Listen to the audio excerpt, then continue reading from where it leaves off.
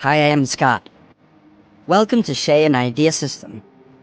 Today I'm going to show you how to boost your phone using just the settings, no apps, no downloads, just pure tips to make your phone faster and smoother. First, go to your settings. Scroll down and tap on About Phone. Now, find Build Number and tap it 7 times to unlock developer options.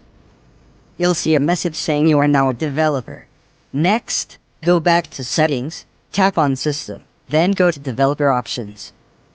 Scroll down until you find these 3 settings: Window Animation Scale, Transition Animation Scale, Animated Duration Scale. Change all of them to 0.5x or even turn them off.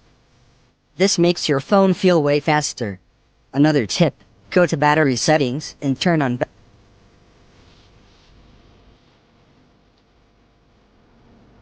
If this helped you, thumbs up this video, and don't forget to subscribe to Shayan Idea System.